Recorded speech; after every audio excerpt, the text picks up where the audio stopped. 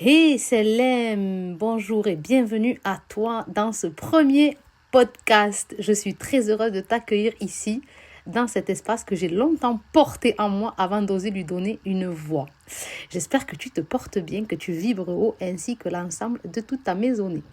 Alors moi c'est Naïma Chaboun, 42 ans, maman de 3 enfants. Et si aujourd'hui je prends la parole, ce n'est pas pour te raconter une success story parfaite,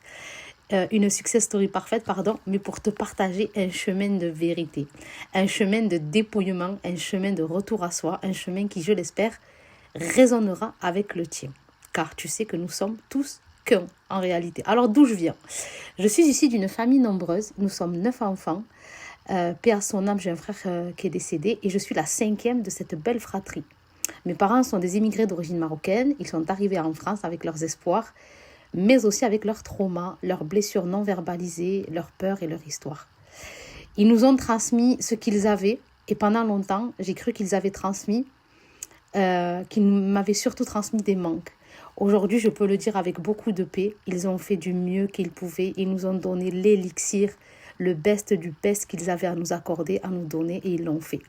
Mais pendant des années, j'ai porté sans le savoir les mémoires émotionnelles de ma lignée.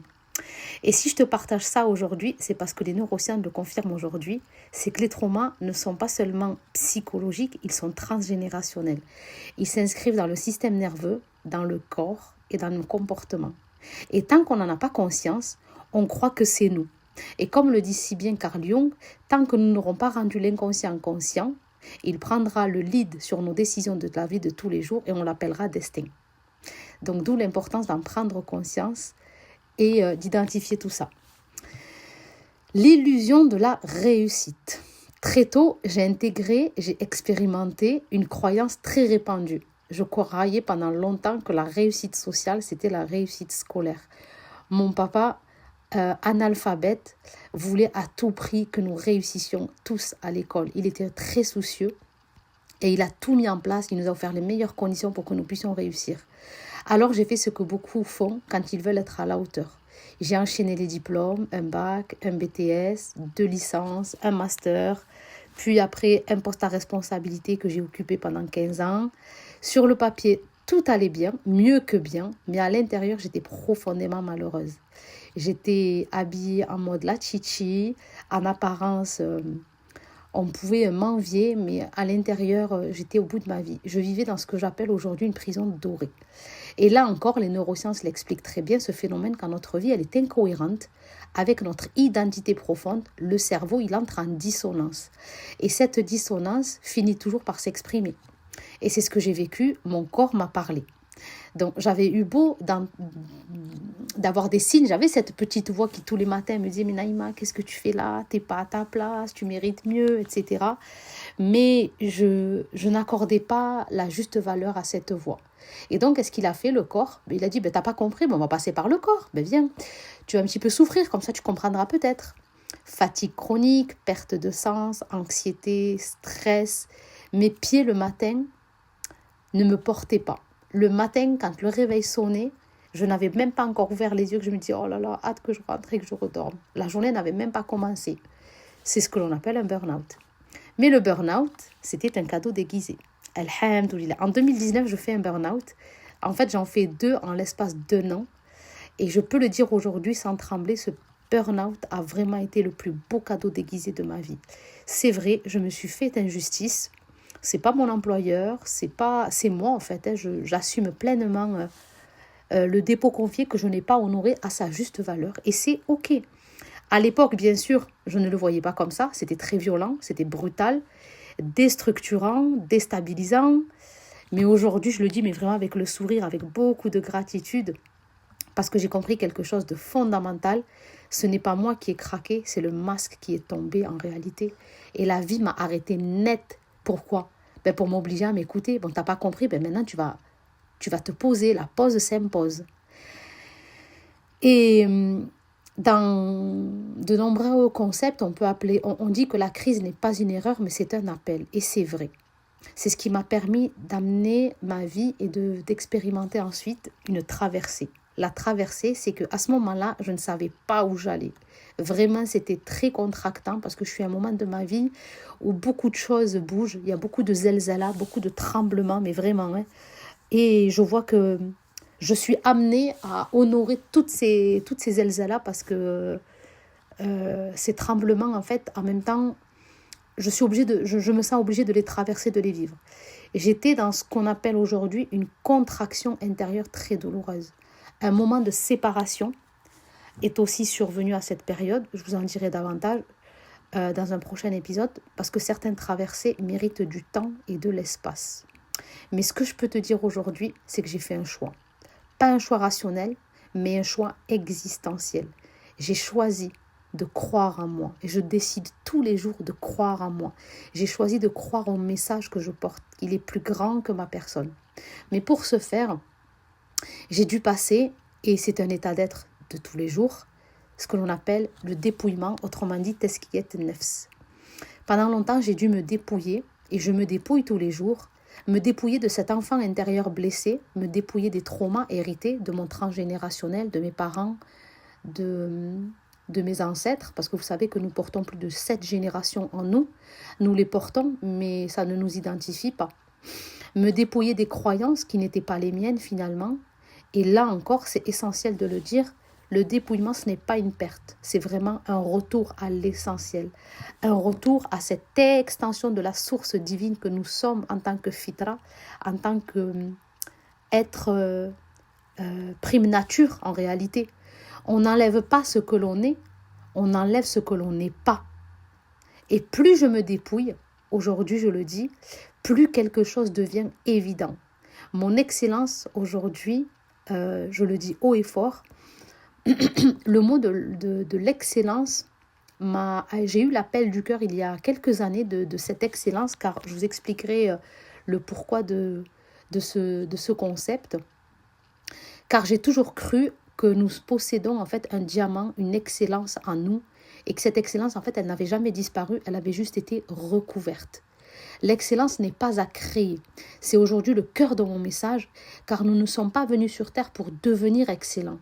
Nous sommes venus nous souvenir de qui nous sommes. L'excellence, elle est déjà là en nous, en toi, en chacun d'entre nous.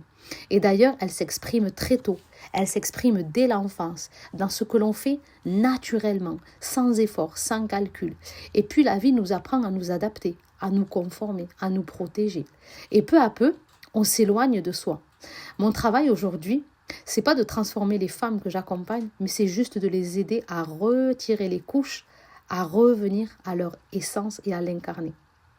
Et c'est ce qui m'a amené naturellement à quitter le salariat, cette prison dorée, pour vivre la plus belle expérience de ma vie, c'est le yaqin et le tawakkul à travers l'entrepreneuriat, à travers lequel ce concept m'a permis de vivre et de vibrer ce petit oiseau qui sort le matin le ventre vide et qui rentre le ventre plein. Oui, c'est tout un concept, c'est tout un paradigme il faut y croire pour y voir.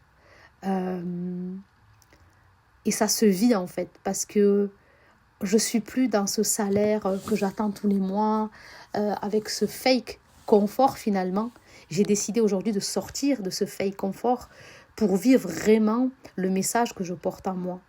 Quand je me suis lancée justement dans l'entrepreneuriat, après ces phases de contraction douloureuse, je ne savais vraiment pas où j'allais exactement. Je ne savais pas du tout où j'allais. Mais j'avais une lueur, je savais une chose pertinente et qui était vraiment ferme à moi. Je ne voulais plus vivre en incohérence.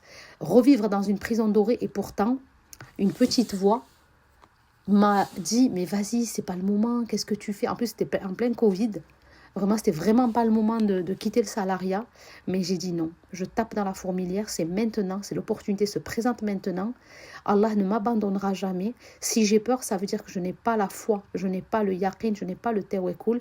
Et ça veut dire que je n'ai pas la conviction de la puissance de la création divine en fait. Alors, j'ai dit non à l'incohérence. J'ai dit oui à moi. Oui, aujourd'hui, je me choisis. Oui, aujourd'hui, je décide la vie que je veux mener. Et très vite, j'ai compris quelque chose de fondamental. Il existe vraiment des raccourcis. Alors, pas forcément des raccourcis de surface, mais des raccourcis de conscience. Quand une femme, elle se connaît, quand une femme, elle apprend à s'écouter, quand une femme, elle apprend à plonger, à s'offrir un voyage dans son royaume intérieur, vous savez, Confucius, il a dit, le plus grand des voyageurs, ce n'est pas celui qui a fait le tour du monde, mais c'est celui qui a fait le tour de lui-même au moins une fois dans sa vie.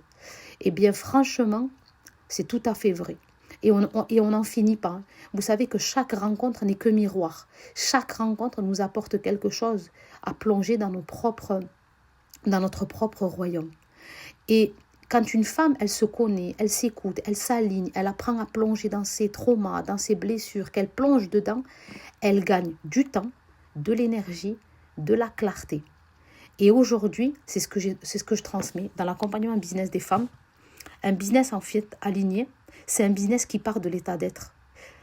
Pas de la stratégie seule, c'est la loi de Pareto, c'est 80-20. C'est 20% de nos actions doivent nous apporter 80% de notre chiffre. Et 80% c'est du mindset. Et le 80% du mindset, ça s'opère dans l'état d'être, dans l'invisible. Et 20% c'est de la stratégie commerciale. C'est aussi simple que ça. Alors si jamais quelqu'un vous dit « Oh, c'est galère le digital, l'entrepreneuriat », dites-vous juste une chose, c'est du fake. C'est simplement un état d'être. D'ailleurs, les neurosciences nous montrent que le cerveau adore la cohérence. La clarté réduit le stress et l'alignement libère l'énergie. Et quand une femme, elle entreprend à partir de qui elle est vraiment, elle ne force plus. Et quand elle ne force plus, elle devient naturellement impactante et magnétique.